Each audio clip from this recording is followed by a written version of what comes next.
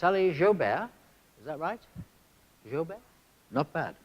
25 years experience in Australia in market research, advising some of the biggest names in Australian business on their advertising, and she was the co-founder of Luma. And with her is James Burge. Burge or Burger? Burge, right. As in Edinburgh. He's specializing in online research. James also founded a research-based marketing consultancy in Spain. Probably Malaga, was it? No. No, would have been right. nice. And currently he's the MD of Asia Pacific for Research Now. And he's a prolific presenter on mobile technology. Prolific or serial presenter. And the subject I'm fascinated by, never talk about religion, so it is device agnostic. Thanks. It is. Thank you very much. Thanks, David. Hi, everyone. It's a pleasure to be here. It's great to see some familiar faces. And those of you that don't know us, Sally and I, through our different roles at Research Now, as data collection specialists and Luma Research as advertising research specialists, have engaged in a program of research on research, specifically about mobile research for the past 4 years. Over that time, we've tested out different approaches to parallel testing between online and mobile. We've also looked at in-the-moment research, ethnographic applications of app research, and at this later stage now, what we're looking at is device-agnostic research and how we can shift and move very large parts of the research that we're doing in the market research industry to be mobile-friendly and delivered via mobile devices. We have literally hundreds of millions of dollars of research globally and tens of thousands of studies that are not mobile-friendly today and that need to be moved to in that direction over the next couple of years. So let's start off with a little bit of context. I think we all understand how quickly mobile has grown within Asia and what an important role it plays within people's lives, how ubiquitous it is, and therefore how important it is that the market research industry adapts. You can see the top stat there. There's now 4 billion people globally with a mobile phone. That's more people than have a toothbrush. Slightly scary, except if you're a dentist, perhaps. So what we did recently was looked at and talked to a few of our clients around the region about some of their main concerns in the industry, the things that they were most top of mind for them coming into 2015. One of the top concerns was to do with reaching the right respondents. And particularly in markets like Singapore, it was to do with response rates, it's to do with achieving good sample sizes for niche audiences.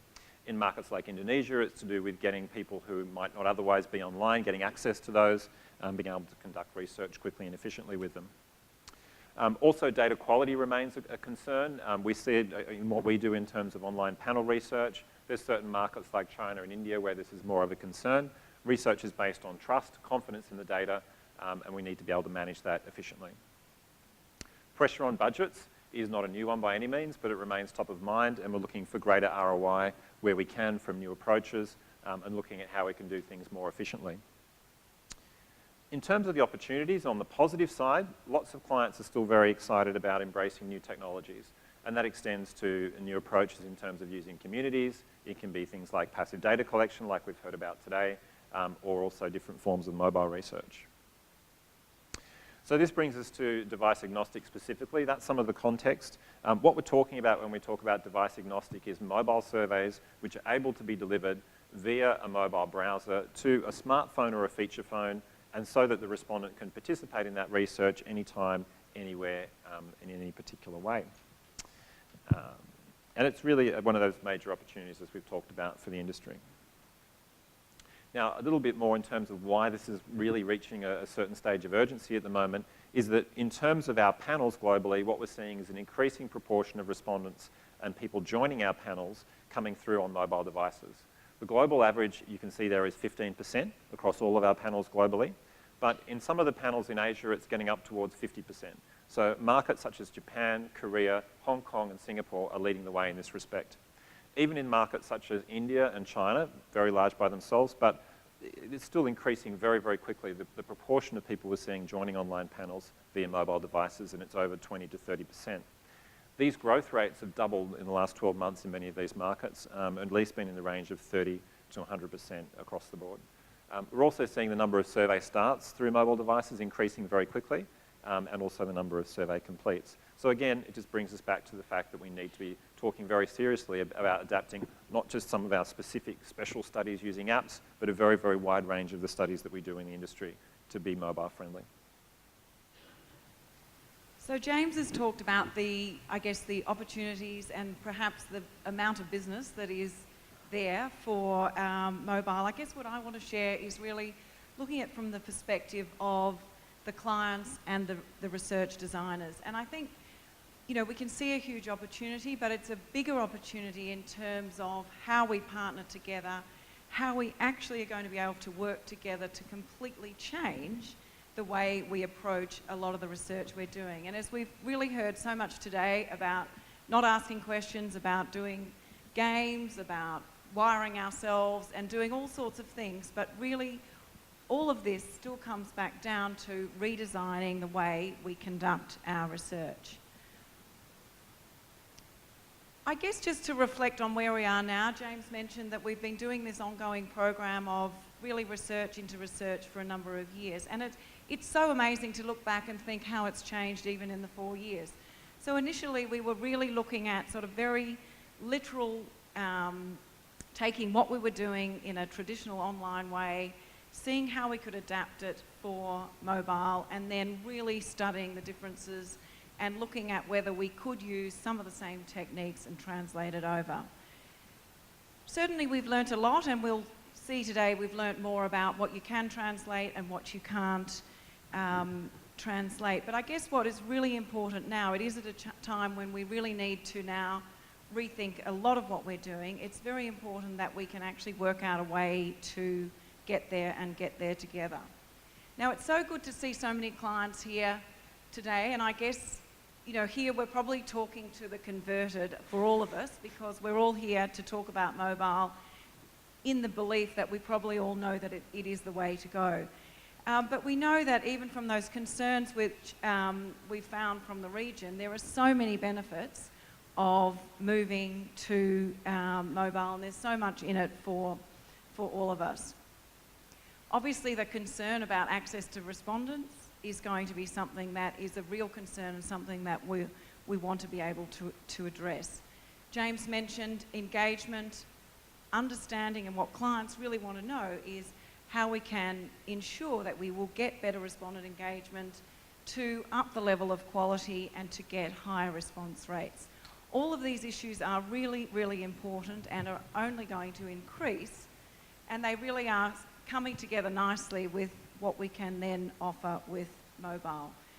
Wasn't so much mentioned, but when we speak to clients, and I know a lot of clients here will be also very interested in faster field times and also ultimately lower data costs so that we can achieve more with less.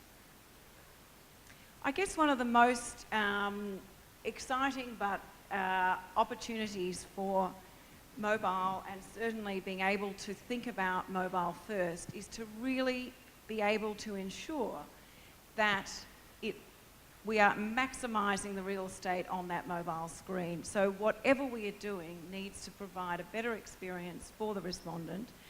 If it's standard layout, it has got to move nicely across to the mobile to make sure it can be seen and answered, and it actually is a good experience to do.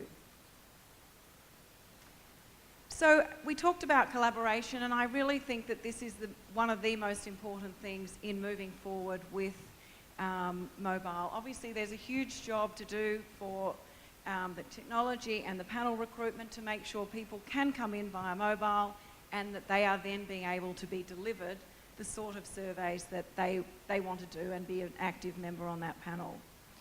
As researchers, we will be talking about a few examples of this, but there's an enormous, I guess, pressure on us to completely change survey design.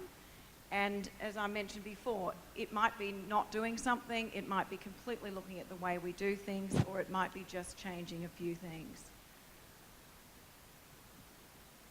Importantly, it is about having the right conversations with our clients, because we can design something, but if we've got to totally redesign something, we really do need to work as partners to say, okay, we don't need that 40-minute survey anymore. We actually can do this in 2 5-minute surveys. Whatever it is, it's got to be done in consultation with our clients in making sure that we are actually meeting the needs and the business objectives, but in a newer, faster way. And importantly, as we move forward, it is still about understanding those differences. So we've seen some parallel testing, some incredible examples where the data can completely align, but there will be also cases, and again, we'll talk about those, where there is very little alignment, and we have to understand how that impacts on the data quality.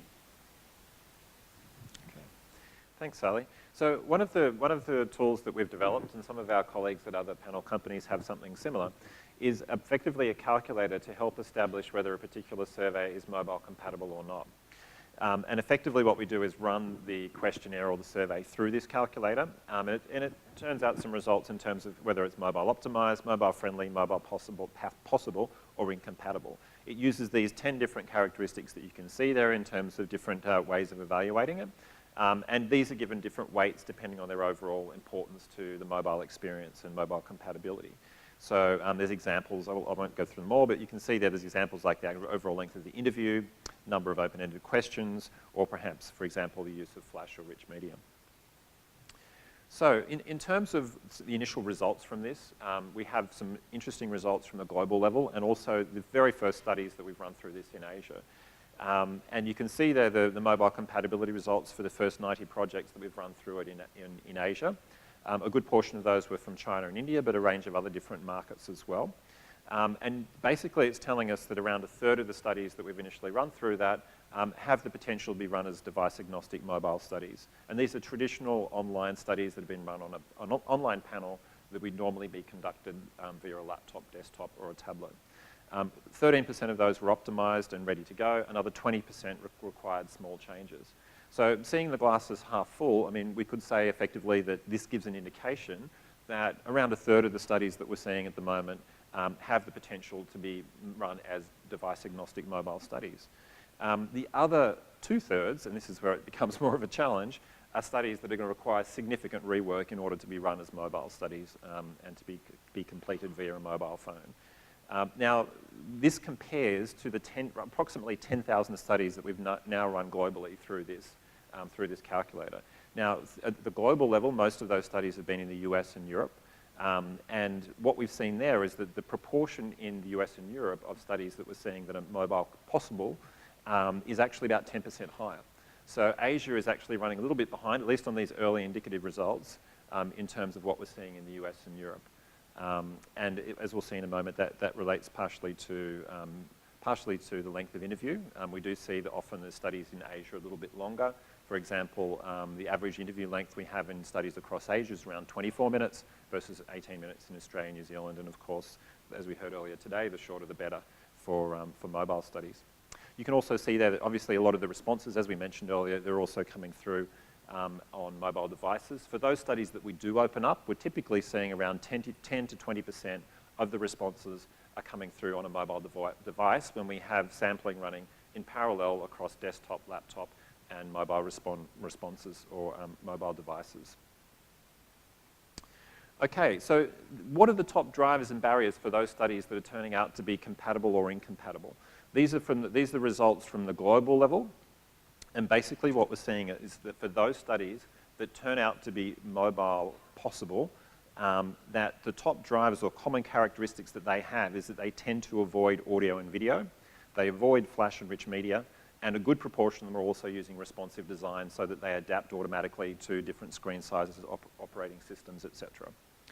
In terms of the studies that tend not to be mobile compatible and are going to require significant rework to be run as mobile studies, the most common characteristics they have are long question text, long survey length, long response code lists, too many open-endeds, and large uses of grids. Now, and you can see the percentages there are actually quite high in terms of those characteristics. So personally, my initial gut feeling had been that, oh, okay, the use of grids is always going to be a major problem. And length of interview, yes, that's a major problem too. But actually question text and too many codes in response codes are very common problems as well. So that was a little bit of an eye-opener from that perspective. Sally, from a researcher perspective, how easy or difficult is it going to be to deal with these things? Well, I guess some of them are really some of them are easy to deal with, but if you look at some of those major barriers where long question text, survey length, and particularly the use of grids, when you think about some of the more traditional long ad tracking studies, when you think about long benchmarking studies, they are going to really, they're the ones that really need the complete redesign. And again, if we're sort of saying, well, about 66% of surveys really need major work, I guess this still comes back to the fact that we've really got to go back to the bigger picture and think again, well, what do we really need to find out?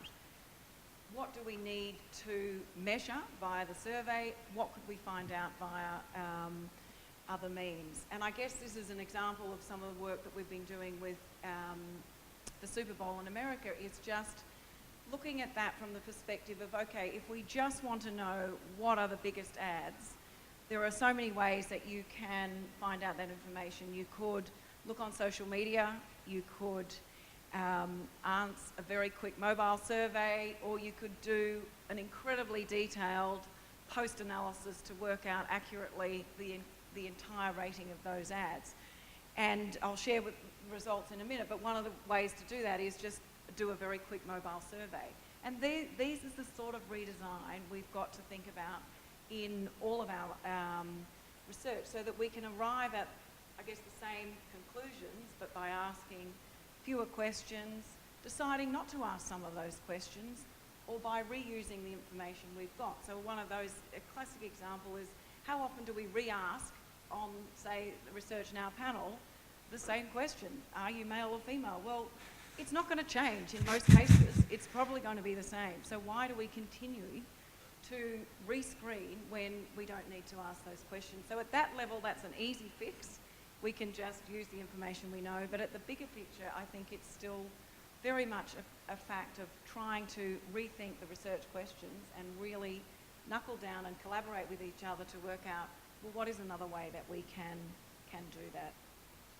And obviously, when we are redesigning these surveys sort of from scratch, we do have to really understand the impact that this has on the data quality, and also the impact that it can have on respondent engagement, and so many of those other factors that do impact on the quality of the data that we receive. So, you know, it's going to be sometimes redesign and then check later and see what the impact was. Would the decisions have been any different?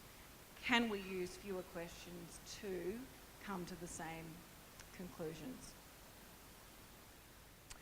So one of the things that we have been doing this most recent wave of research is just having a good look at some of the results that we've gotten on these device agnostic studies and trying to examine, were there many demographic differences in the mobile respondents? Were there differences in their responses overall throughout the questionnaire? And this is an area where, you know, it's a relatively sort of standard, sort of simple area to look at, but what we've wanted to do is just see how we needed to evolve our thinking over time. So 2 years ago, we did, during the London Olympics, quite a large global study with around 30,000 completes that looked at doing parallel testing between mobile and computer, desktop, laptop responses. And we saw overall that results were very consistent. And that's what we see across a lot of studies. But more recently, what we've done is just looked at 10 studies within the Asia-Pacific region that were run as device agnostic, and looking into those differences. They had different sample sizes. Some were up over 1,000, some were down as low as 100. Some had 20% of mobile responses, some had 10%. They did vary in terms of their focus, the types of studies, etc. But basically what we found is that the majority of cases, there weren't a lot of differences. They were fairly consistent between the desktop, laptop respondents and the mobile respondents. The profiles were not that different in some cases. Most of the differences were less than 5%, even though some of those differences were statistically significant.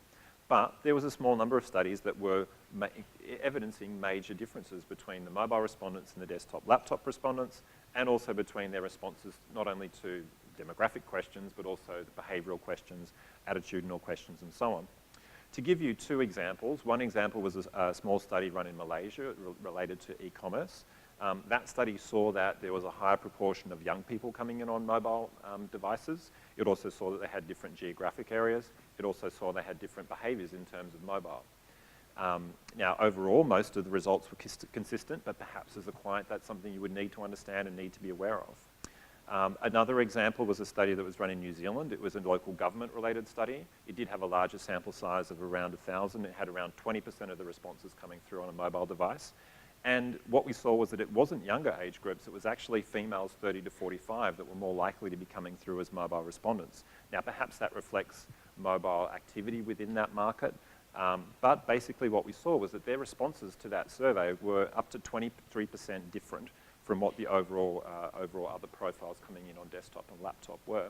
So I think it just sort of highlights the need to have an awareness of this and include this as a variable in analysis.